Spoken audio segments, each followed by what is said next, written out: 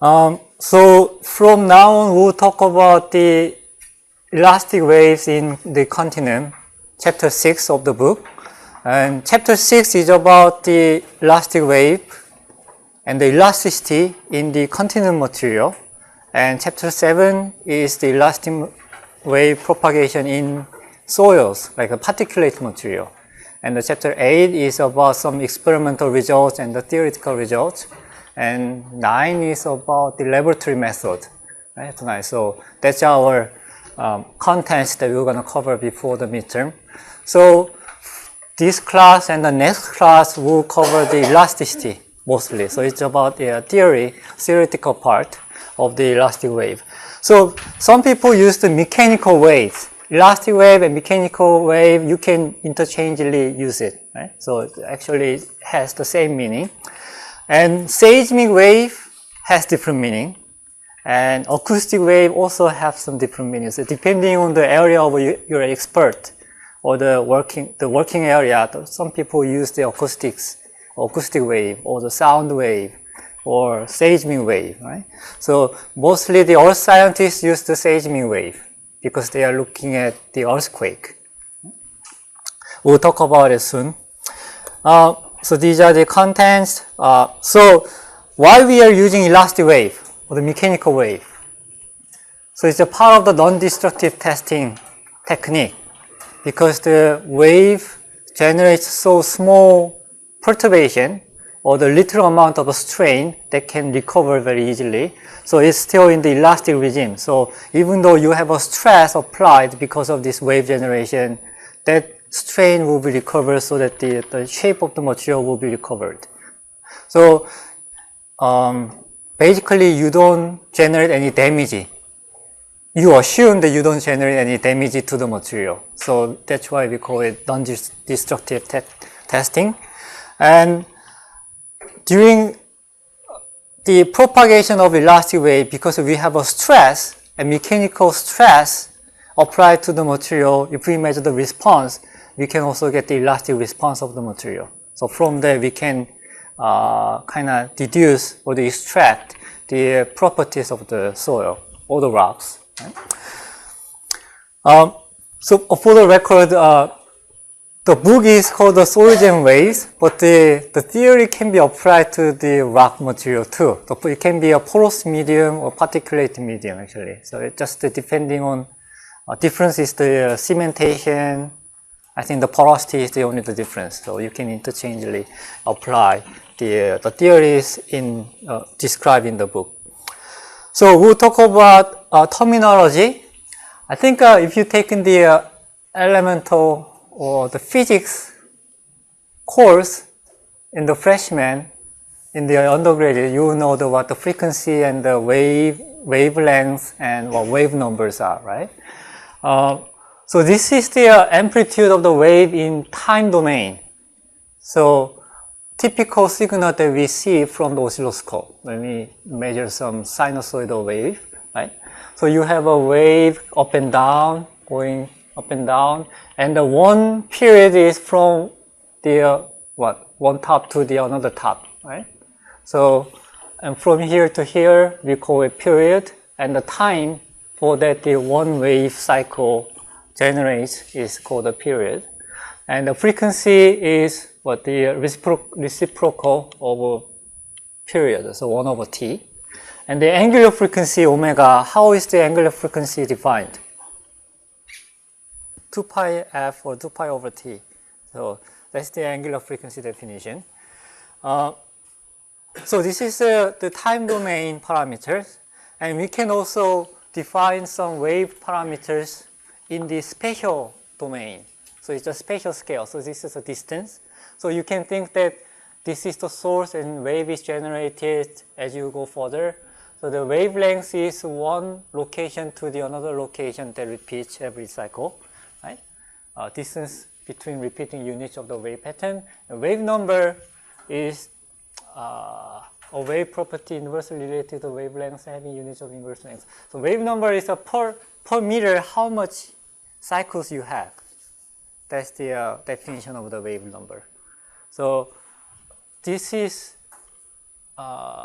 corresponding to the angular frequency. As you can see from the definition, is similar to the angular frequency. Angular frequency 2 pi over t, right? Wave number 2 pi over lambda.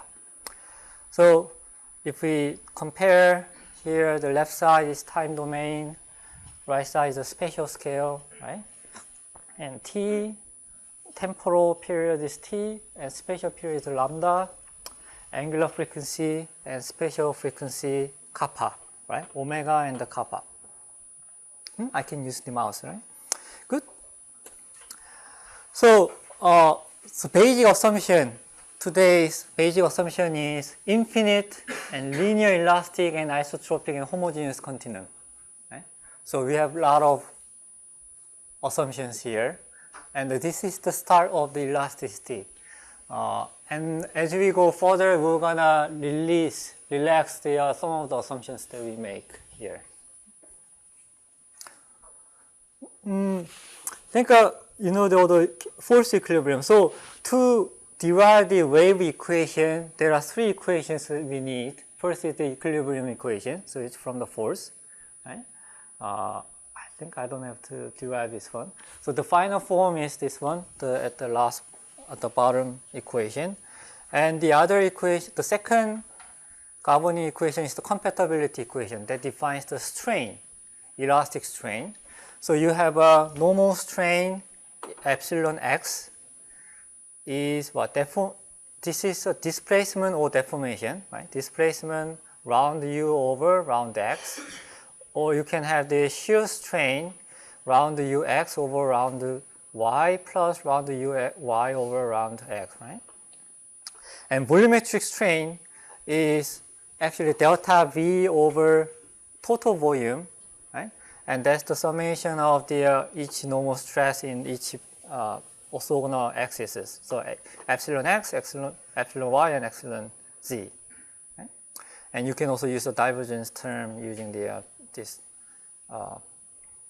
triangular thing. And the shear strain is defined as delta tau.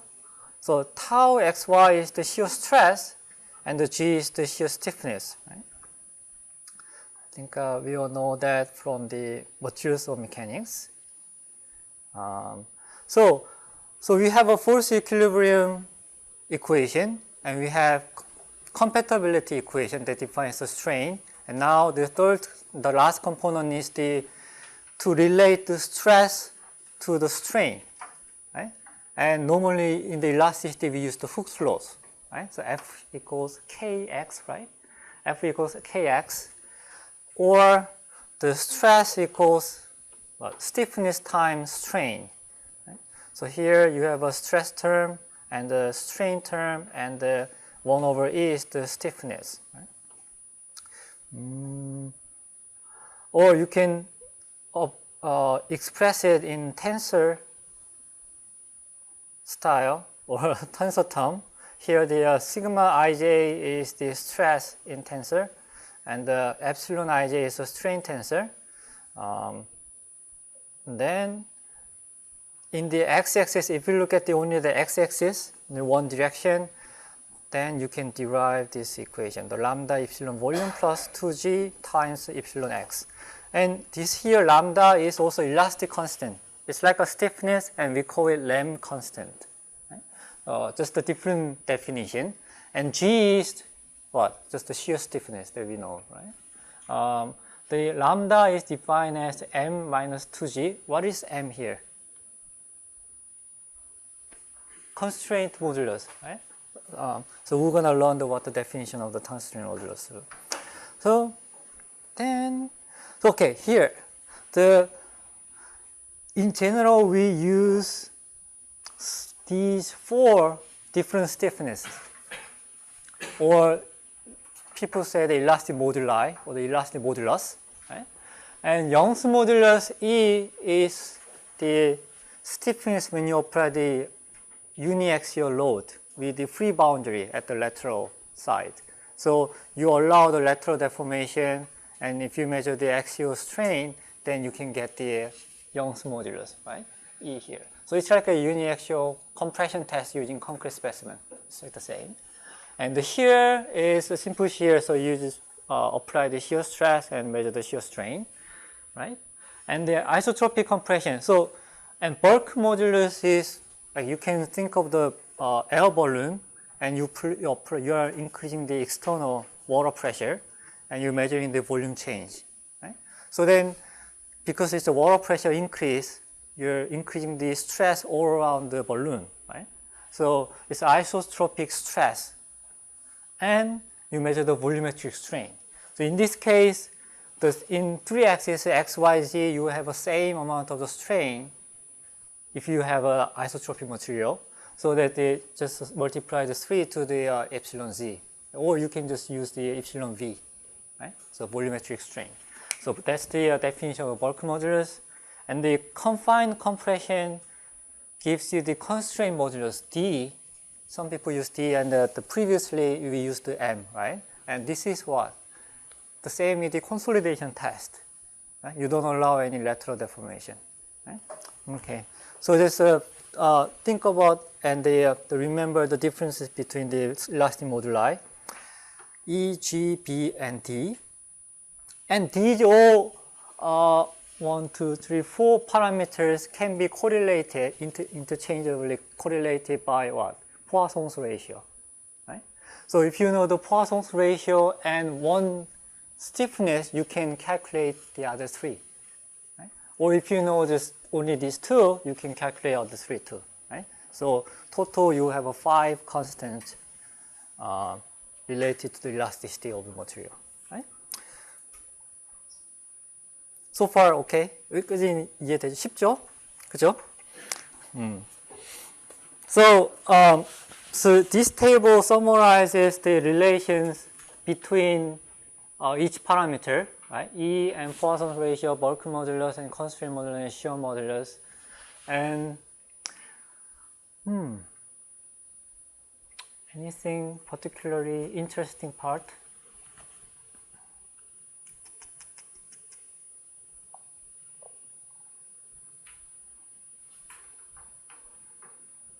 Yeah, I think it's okay.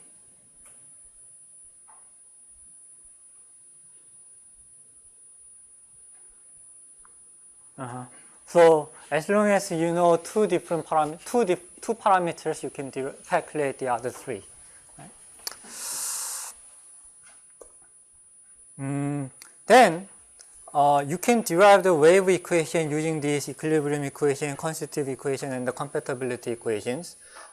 We can start from the dynamics, F equals ma, and I will not derive all the equations, but in the constitutive equation, if you plug the, if you replace this epsilon x, y, z with the, what is it? Here, round u and round y, and with the displacement term, you get the final equation in the next slides. This one, right? So the equation at the top here. Let me 펜을 한번 이용해볼까? 포인트 옵션. 펜. This one is the final wave equation, and so this is for the x-axis only. It's for the one direction, right?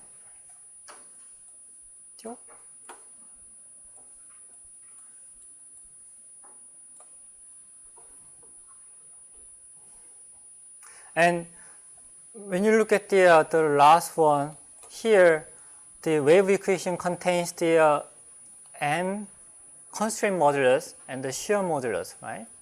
So this tells you that when you generate the wave, you have 2 different types of the wave motion in the infinite medium.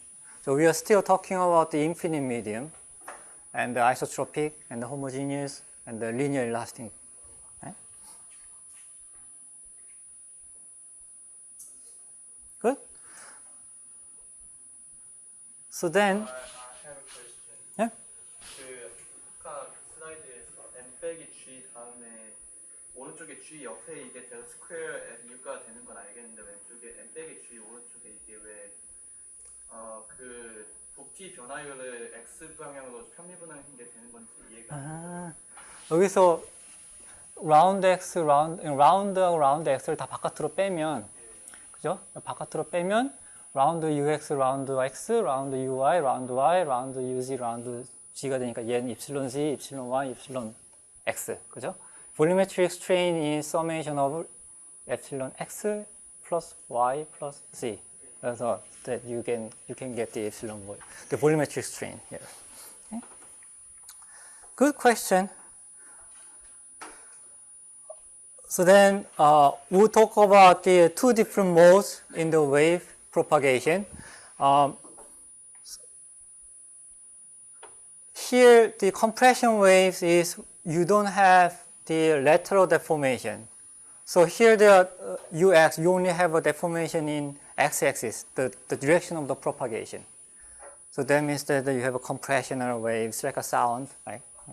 And it doesn't go, you don't have any Poisson effect. So you don't have any lateral deformation, right? Because you have an infinite medium. And so you can think of the plane stress condition.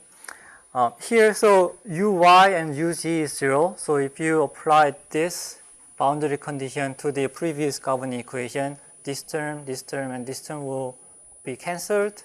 So that the final, you have what? So G times the second derivative of the Ux and the G times second derivative Ux will cancel out, right? Here you have minus sign and you have a plus sign. So you only have a n, the constraint modulus times this second derivative of the deformation in x-axis, right? So this is the equation for the P mode, and people call it plane wave. Right? And the motion of a point or the particle motion is parallel to the direction of propagation. So wave propagates and also medium deform at the same direction or same axis. The P wave travels through both solid and fluid, but not in vacuum. So you have to have a medium to propagate. So this is the particle motion and the wave propagation direction. Right? So you can see when you look at this the black dot here, that goes front and coming back to the original position. Right? And some people call it longitudinal wave. Right? P wave. Plane wave, I think the P stands for the primary, or it could be plane wave, right? And the S wave, this S wave stands for the secondary mode, but some people think that this is the shear, stands for shear mode. Anyway, so the second is the shear wave, and in this case, wave propagates to the x-axis, but the particle moves perpendicular to that direction, right? So you don't have any Ux, the displacement in x-axis and the z-axis. So then I think here Ux is 0, Uz is 0. Here this one is 0 and this one is 0, and this will be 0 because you don't have deformation in terms of the y direction. So then you get only this equation. So G over lambda, the density times round Uy over round X.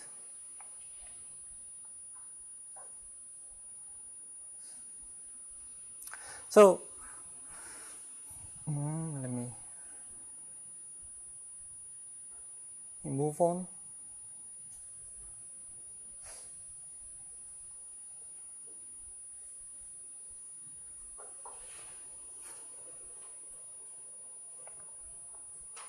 Okay.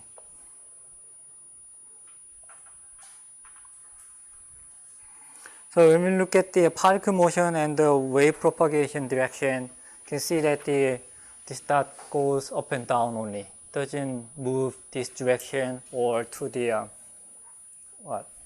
perpendicular to this plane, right? So in this case, if we think the z is the depth, so that you have only the vertical polarization, right? So we can call it SV wave, right? If this particle moves horizontally, then the wave is polarized horizontally, so we call it SH, right? Horizontally polarized shear wave or vertically polarized shear wave. Right? And spherical propagation means that you have an infinite medium, and if you have when you have a point source like this, then this wave will propagate spherically. So far, we have assumed that it's a plane wave, plane stress condition, so that you have an infinite medium, and this medium just vibrates together, right? And the spherical wave is like I make a sound here, and the sound will go around me as with the spherical propagation front. Right? So, and in that case, you have another term r, right? Distance from the source, and this is the solution for each equation. So plane waves, in the case of plane wave, you have a times exponential I omega t plus minus kappa x. Omega is the angular frequency, and kappa is the spatial frequency. And the spherical wave, in case that you have a 1 over r, because it attenuates as you go further away from the source. Right? So this 1 over r represents your geometric spreading. So,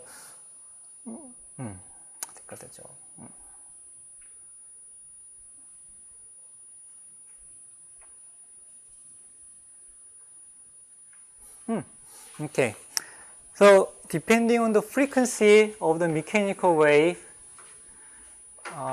if it's less than 20 hertz infrasound, and above the 20 kilohertz it's ultrasound, and our hearing frequency is about 20 hertz to 20 kilohertz. Is it correct? Sound, yeah, sound wave is 20 hertz to 20 kilohertz. That's our ability to cover in terms of the frequency. And as you get older, you lose the high frequency term. Earthquake is in less than 20 to 50 hertz, and geophysical test that we do in the lab or the field, in the lab, normally we use the ultrasonic frequency range, right? Tens of kilohertz or hundreds of kilohertz. And in the field, you have less than 1 kilohertz. So several tens of hertz. And when you look at the wavelengths, so the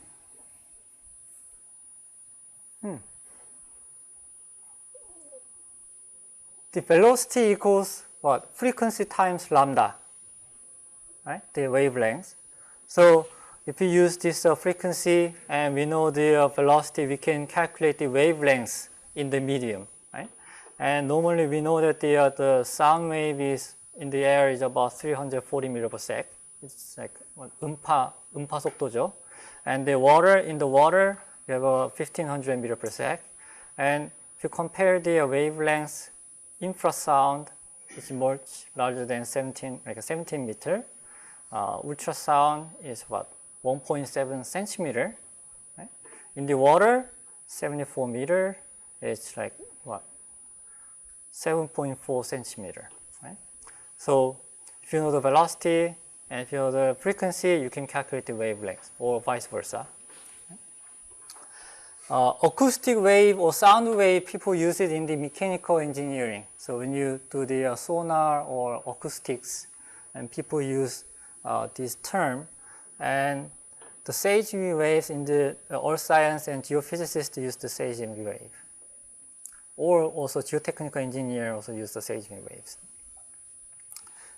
I think wave and particle velocity, mechanical impedance. So in here, as we assumed it infinite and what? Isotropic, and linear elastic, and homogeneous medium. Right?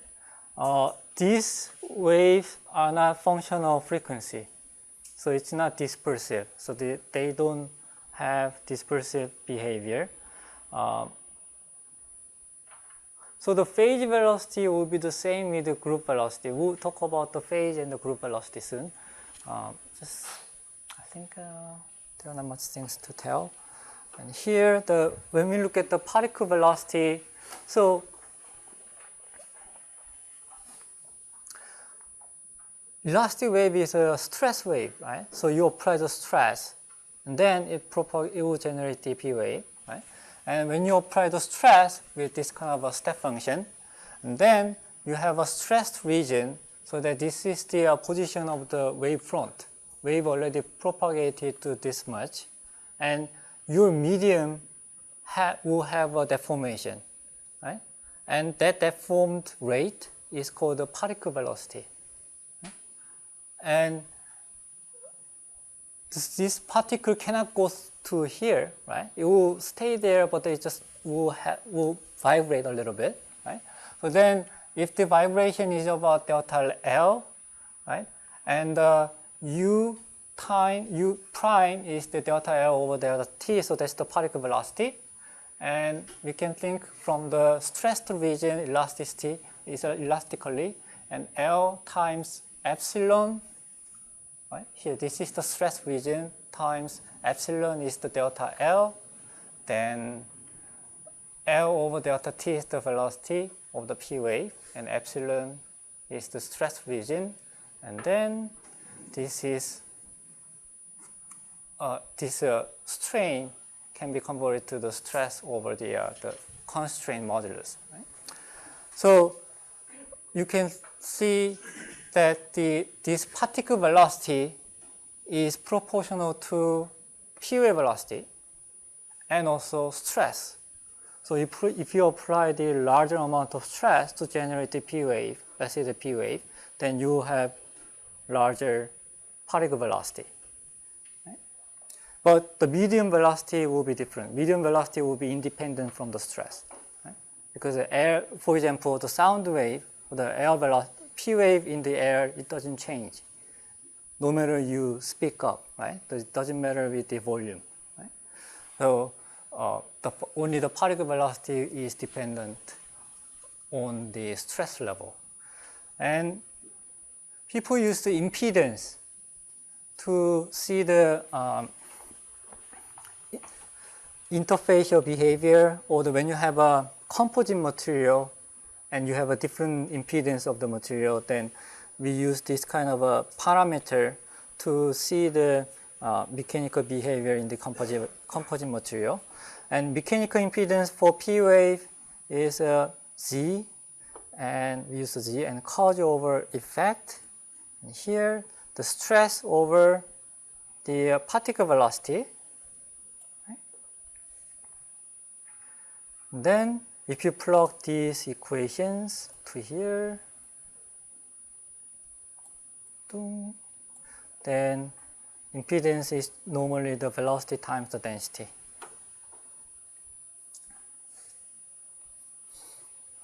So this gets important when you have an interface. Right? We'll talk about it soon.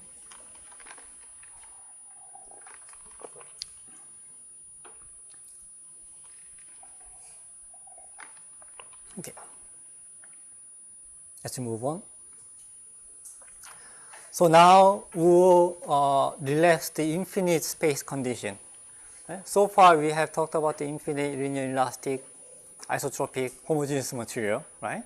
And now we were going to talk about the without the infinite medium. So when you have a boundary, right? Then, for example, at the surface of the soil surface, you have a different mode in the wave propagation. Rayleigh wave and the Love wave. And I think,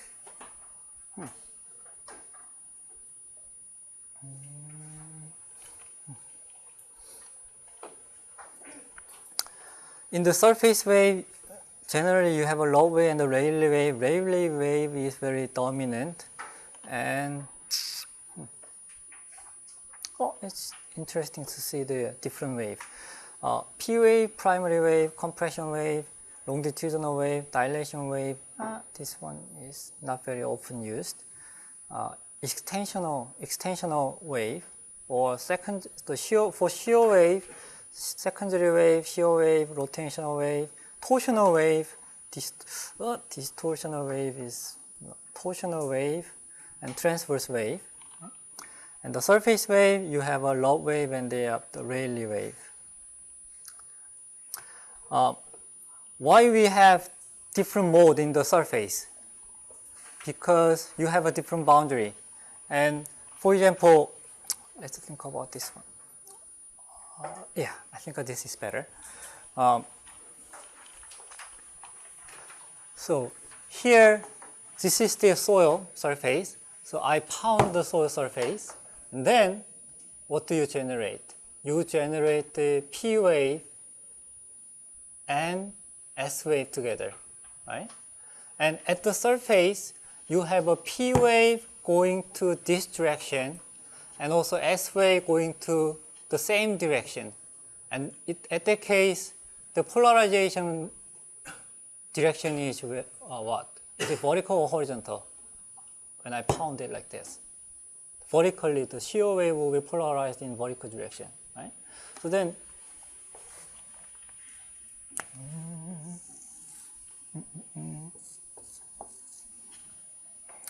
P wave is compressional mode, right? So P wave is compressional mode, right? And shear wave is this direction. Let's think about the P wave first. It's a kind of very complicated phenomena. And here, when this element wants to contract, there is a confining stress. So you have a confinement. So this will behave as P wave with constraint modulus, right? And what about here? When it tries to contract, to this direction you have a confinement, but to the upper direction, because you have only air, it doesn't confine, right? So that you can have the lateral deformation, right? So then this would extend like this, so that you have a Poisson effect to the upper direction only. So this will be a little bit slower than the bottom one. Right? When you have a confinement, it propagates faster. So we're going to see soon too. So then you have a more faster P wave, compressional wave going as you go deeper, and here will go slowly. Right? And you have a S wave, the polarized wave. So then this goes this direction. So at the surface, when you pound the surface, you will have a P and S wave mixed up together. So that because of the boundary stiffness is different, that you have a retrograde, spherical movement of the particle. Right?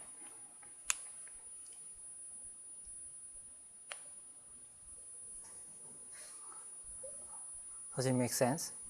And at some point, okay, let me see. So when we look at the particle movement at here, right?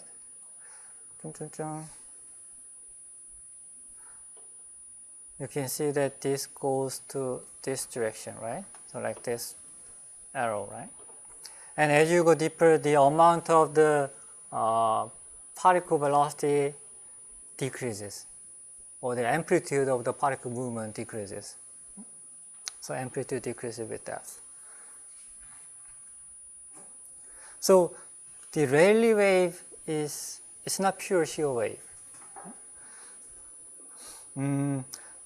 But this Rayleigh wave velocity can be correlated with the shear wave velocity or the P wave velocity like this equation, theoretically. Right? So here you can see that VR is the Rayleigh wave velocity, shear wave velocity, and Vp is the P wave velocity. Right? And if you replace this P wave with the shear wave as a function of Poisson's ratio, you end up with this equation. 있는데 이게 계속 파동이 위아래 그 표면 기준으로 위아래만 있는데 이게 표면을 기준으로 양옆으로 이렇게 가는 건 없나요? Horizontally polarized? Horizontally polarized wave is a love wave actually. This one will tell you more. Right? But it has a different mode. So you can separate the Rayleigh wave and the love wave. You can generate the love and Rayleigh wave together, but the amplitudes are different and that both attenuate in different rate. So people normally observe the Rayleigh wave more than the love wave. So for example, here using this equation, what would be the general range of the Poisson's ratio in soil? Poisson's ratio range가 얼마쯤 되지? 얼마 쓸까? 0.3? 0.3. So then let's plug the 0.3 here. How much would that be? 계산해 볼래? 철환. Plus 1.14 times 0.3 over 1.3 Vs. Is it faster than Vs or slower than Vs? Slower. How much? About 8%. 8%, so this is about 0.92? 0.93. 93? Good. Yes. Right. So generally the Rayleigh wave is slower than the shear wave, pure shear wave. But we use this Rayleigh wave to measure the shear stiffness of the soil, right? Using the SASW technique that Professor Dong-Soo Kim frequently use. And here's you have a love wave. The first kind of the surface wave is called a love wave, named after A.E.H. Love, who worked out the mathematical model for this kind of wave. And the fastest surface wave and moves ground from side to side. And other kind of surface wave is a Rayleigh wave. The most of the shaking fell from an earthquake is due to the Rayleigh wave, which can be much larger than the other waves. So it's just good to know. This is the typical particle motion for the love wave. You can see that, so it's not going up and down, it's going side by side, like snake. And you can see the amplitude is maximum at the surface and it goes down as you go deeper. I think this is the summary, the body wave and surface wave and characteristic. In terms of the velocity, P wave is the fastest, right? And the S wave is the second, and after that you have a surface wave. But when you assume, normally from the general range of the porosity, the Poisson's ratio of soil, I think it's about 80% to 95% of the shear wave velocity. Magnitude-wise, surface wave is the largest and the P wave is the smallest. So when you look at the vibration of soil, I think the textbook is called the vibration of soil, and it has a very good diagram, shows the different mode in the surface wave. So when you pound using this plate and hammer, you generate the Rayleigh wave to this direction, right? And you generate the P wave to the subsurface half spherically, And S wave also goes to the same direction with the P wave in terms of the wave propagation. And percent of the total energy Rayleigh wave is about 67%. So it's the more than half. And you have a shear wave, and compressional wave is the smallest one. And it's interesting because compressional wave and the shear wave will attenuate proportional to the 1 over r squared, right? Because it has a spherical, half spherical front, right? And Rayleigh wave, because it propagates to this and this direction, so you have a different rate in attenuation, 1 over r 0.5 to the 0.5. So that's why you have a, when you put the geophone somewhere here, you capture the Rayleigh wave most and the P wave the least. Because the geometry attenuation is the biggest in the P wave.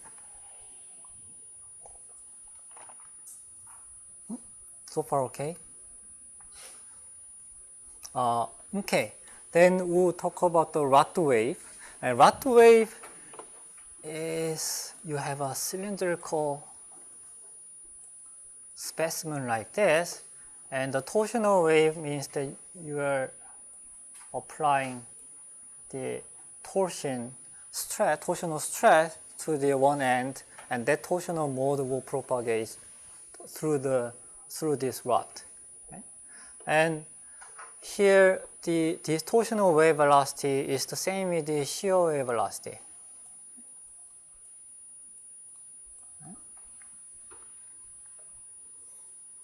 So that's why we use the RCTS to measure the shear velocity.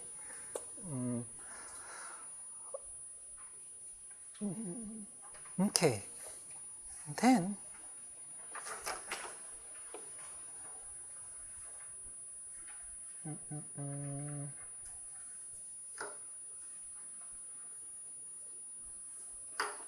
I think this will be better.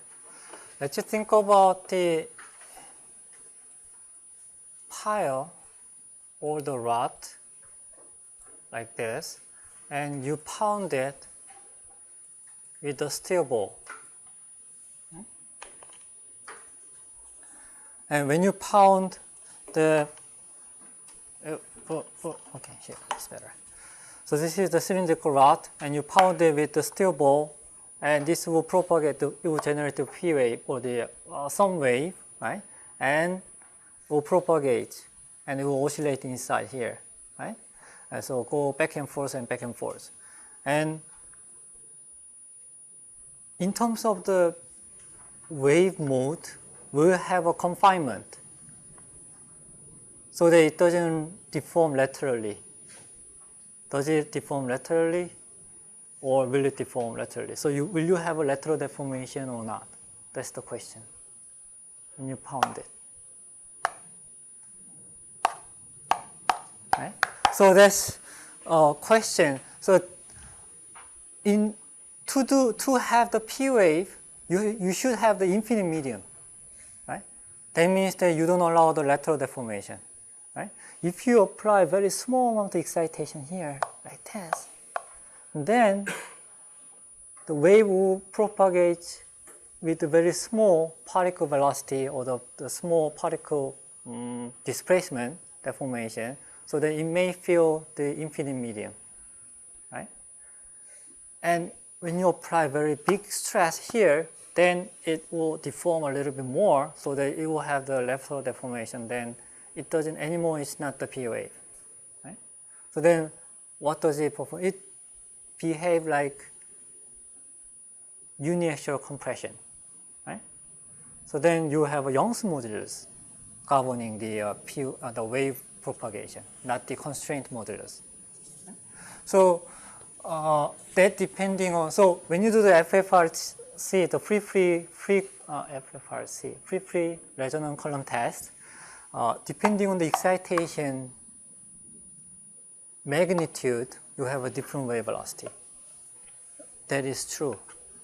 If you apply a really big amount of energy, then you have larger amount of lateral deformation. So you will stiffness value will close to Young's modulus.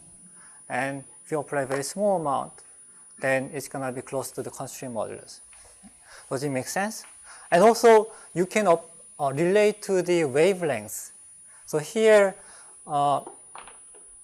when the wavelength is larger than the radius, this is the radius R, radius of this rod.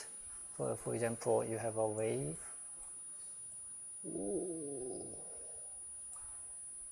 This big. So comparable to the radius, or they are larger than the radius, then you allow the lateral deformation, or actually you cause the lateral deformation.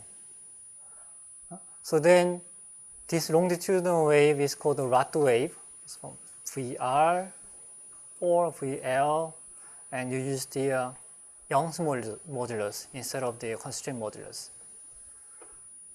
And when the radius is much larger than the wavelength, so that your wavelength is so small like this, and this is the R, so that the wave feels that it's infinite medium during the propagation, then you get the constraint modulus.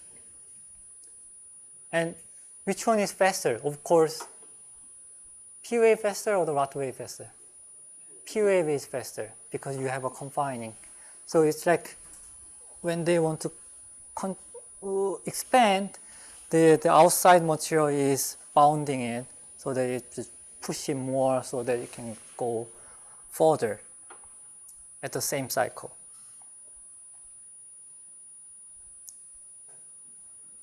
Okay.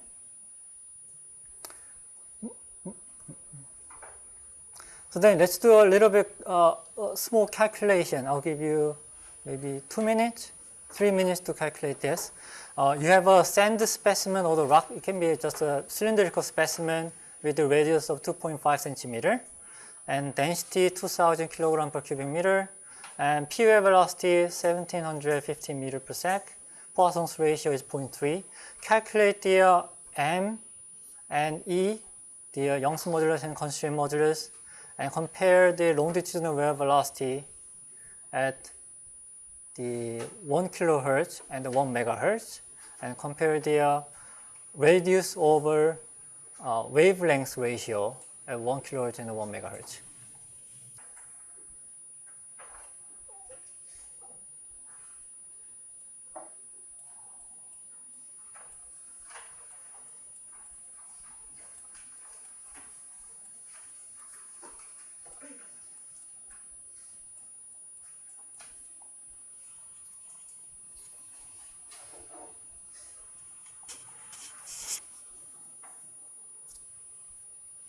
So how much is the constraint modulus? 1,000?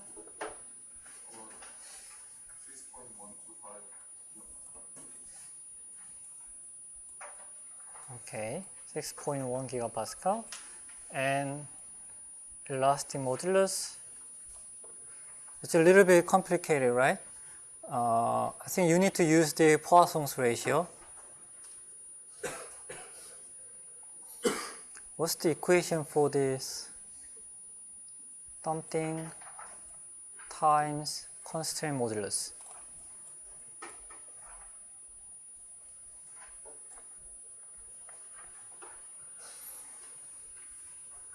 Let's go back.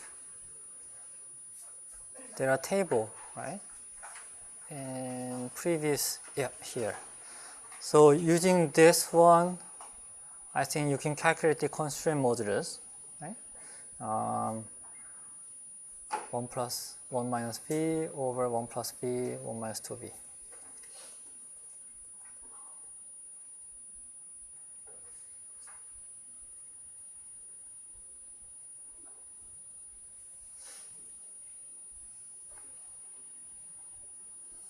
One minus v plus v and 1 minus 2v 1 minus v. Is it correct? Okay. Then what do you get? 4.5. Good. Gigapascal. Good. And what will be the rot longitudinal wave at the 1 kilohertz? So at the 1 kilohertz, I think the wavelength will be very large, so that you have a rot wave velocity. And when the frequency is 1 megahertz, because the wavelength is small, so you have a more like P wave velocity, right? So then let's compare the rot wave velocity first. This one is E over rho, and how much is it? 4.5 times 10 to the 9 over 2000. Then you get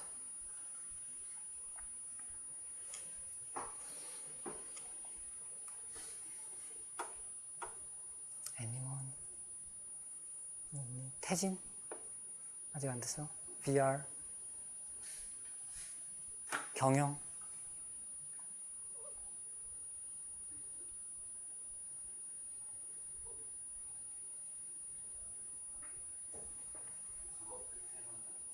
almost 1500? Is it correct? 1500 meter per sec?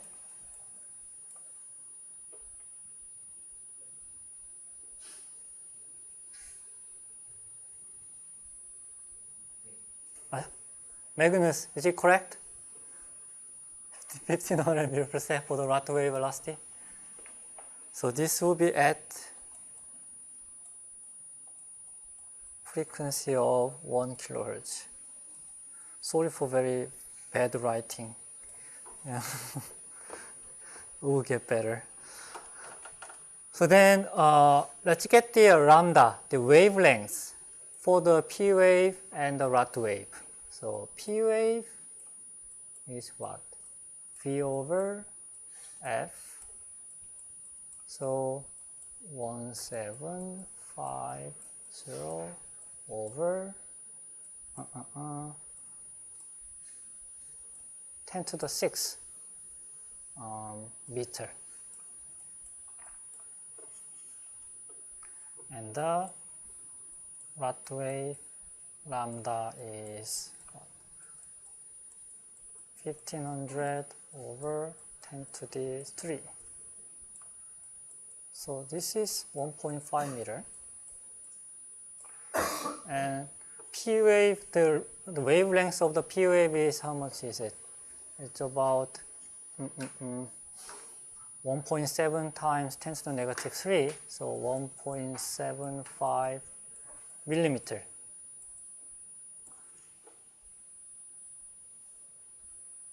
I think I'm going too fast. Okay. Then R over lambda, P is, and R over lambda R is, you have a different value, 1.5 meter. This is much less than 1, and this is larger than 1, right? Do you have the number? 민섭 혹시 있니?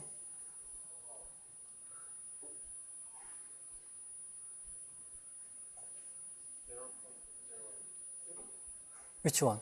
Rot wave? For P wave?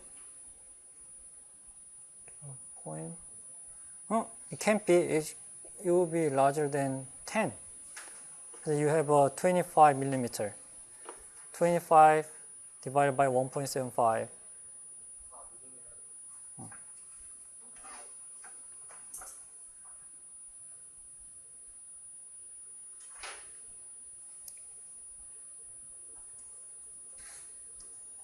얼마쯤 될까요?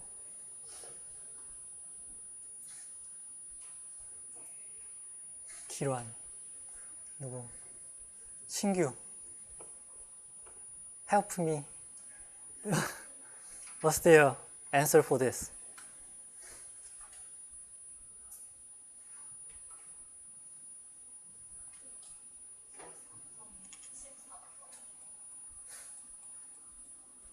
Yep. Good. And this one?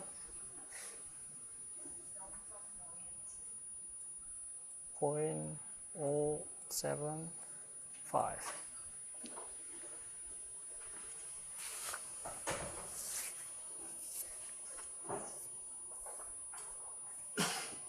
So you get the idea about the rod wave propagation mode and the P wave propagation mode.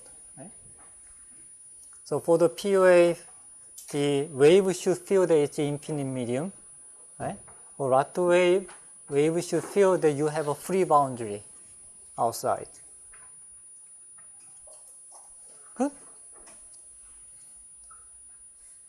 So if you go back, here the lambda is much larger than r for the rod wave, and here the r is much larger than the lambda for the P wave. Question? Can we move on, or do you have any question?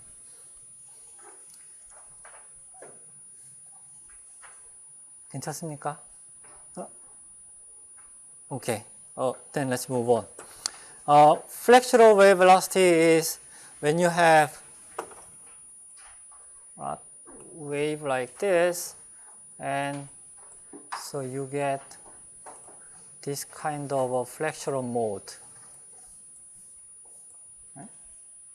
So that's the flexural wave, and this is depending on the wavelengths actually. So that when you think about the long bar, this can distort this much, or this can distort this much, or this can distort this much, right? So depending on the mode, if this will be the first mode and second mode and at the fourth mode, right?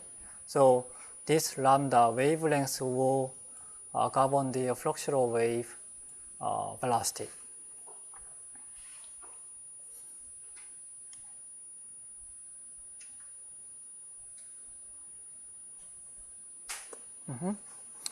So now, so far we've seen the effect of boundary.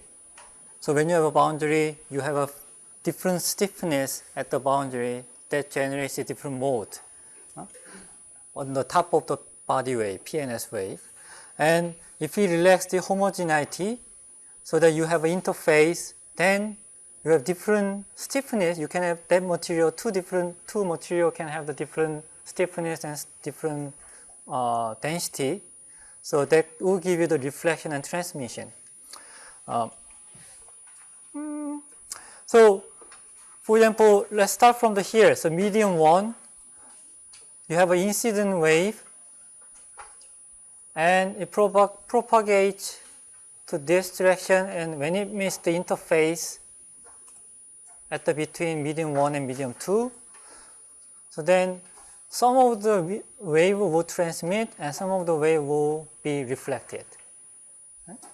And here, if the amplitude of the reflective wave is AR and amplitude of the transmitted wave is AT, and this will be the energy balance equation, compatibility equation. And at the interface, you have a force equilibrium too. So that from that, you can define this reflection coefficient and the transmission coefficient. And this reflection coefficient is a function of impedance of each media, the Z1 and Z2. So here, what's the definition of the Z1? Z1 is rho 1 times V1, and Z2 is rho 2 times V2. Okay? So just keep in mind that you have a particle displacement reflection coefficient, and also you can derive the reflection coefficient in terms of the stress. Right? Okay. So then when we have a free and a fixed end, let's compare these two. So free end, we can imagine that this is just air boundary. And this is when you have a fixed boundary, so this has a very large impedance. So impedance is Z2 is much larger than Z1. So this is a rod. I should bring the rod. And we have one, right? 있는데 가져올 걸. This is a rod, and here's the air boundary. So it's like a free boundary. The density is much smaller than this material, and velocity, pure velocity is also much smaller than this material. So when you hit it, then this wave will meet the free boundary, right? And if I attach this one to a steel plate or concrete plate like this, then you have a fixed boundary. It's almost fixed boundary. You cannot achieve 100% fixed boundary, but it's going to be close to that. And because the impedance of this material is larger than the medium, that you have the incident wave. And then, in the case, you have a different wave phenomena. Let's calculate the R displacement first. How much is it? I think I give you the answer. Here, when we look at the R displacement,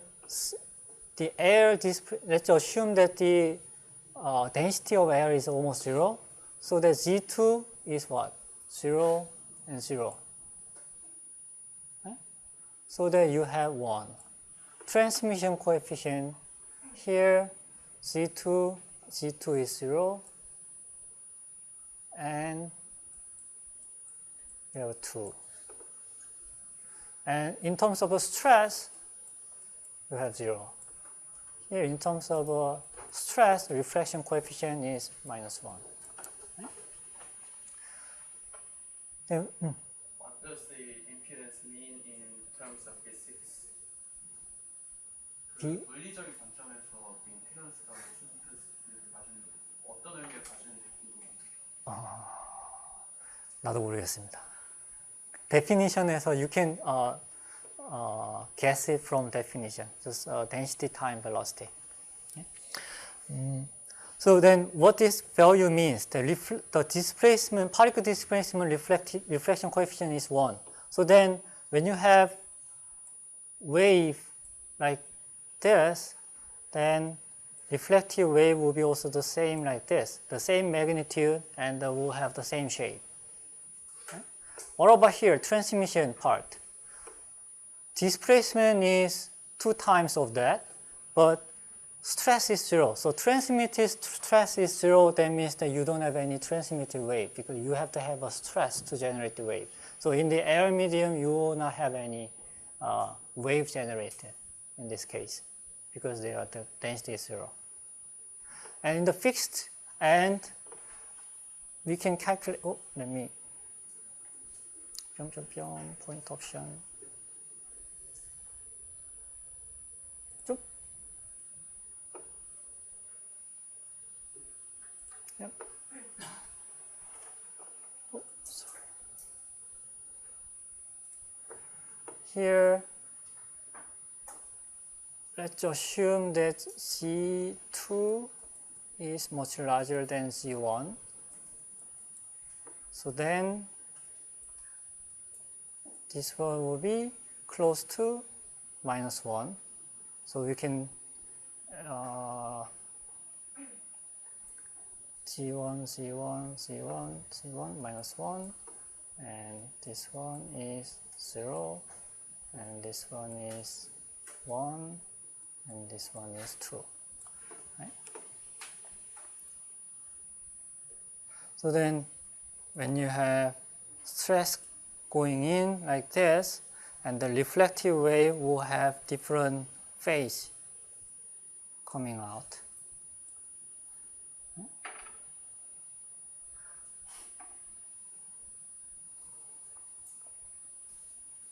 And the transmitted wave, you will have 2 times bigger than that.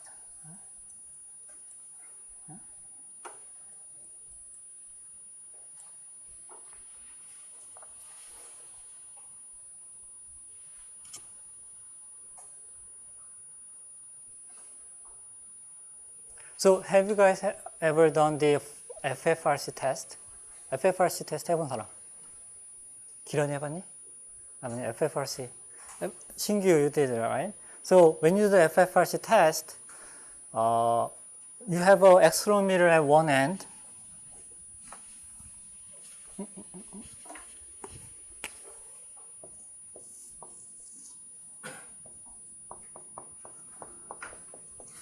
And you're hitting the other end with the steel ball, and the wave will go back and forth, right? And what's the velocity? How do you calculate the velocity? From the resonant frequency,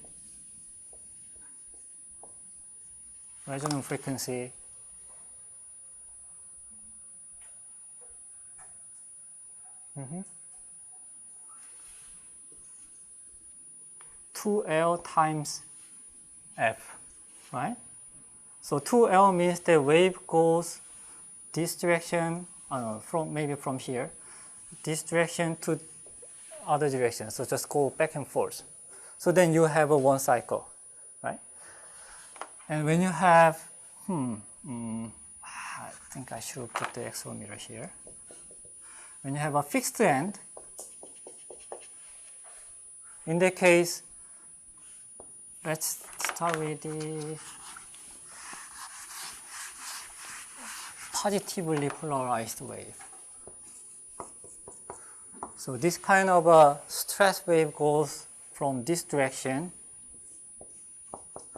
and when it meets the fixed end, it's gonna be reversed, right? And then when it meets the free end here, it's gonna continue. It will keep the same shape, right? Then at the fixed end again, it's gonna be reversed this direction. So to get the one cycle, the wave should travel 4 times. 1, 2, 3, 4. So in this case, velocity is, when you estimate from the resonant frequency, 4 times L times FR.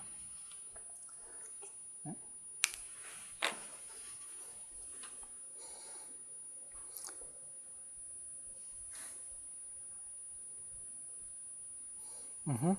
So I think this is the same concept. So this shows that actually the accelerometer or any sensor measures the displacement. So we should look at the reflectivity or reflection coefficient in the displacement term, right? This is a free boundary, and when it goes to this direction, and you have the same shape, right? And at the fixed boundary, you have a positively polarized wave going in, and the reflective wave is oppositely, the reversed, right? Negatively polarized one. So then, when you have a multiple reflection, so this is the case you have 2 different interfaces. Then now you start having the complex number. So just increasing the number of interface one by one, then you have a complex number. So it becomes very mathematically challenging. Then also you can have an oblique incidence. So you have an incident angle, right? And I think normally the wave follows the Snell's law, and depending on the mode of incident wave, you can generate a different mode. For example, this is the horizontal wave, okay, horizontally polarized wave. So this goes to back and forth to the plane of the screen, right? And then you have only the same SH and the SH. And when you have a SV, so then you also generate the P wave, so that you have a SV and the P wave generated at the interface. And when you have a P wave going back and forth like this, the compression makes the vertically polarized shear wave at the soil and rock interface too. And at some point you have a critical reflection angle or the critical incident angle that gives you the wave propagates through the interface, and this is called the IC, and you can calculate it from the velocity. And Snell's law, I think that you can derive the Snell's law very easily. I think the slowest moving front should go from the fast moving front, so that the angle should change to have this equilibrium between the force. And depending on the incident angle, you get the P wave reflected, S wave reflected, actually this is SV, right? SV reflected, SV reflected using this equation here. And when you have a SH, horizontally polarized shear wave, you only have the SH reflected and the refracted.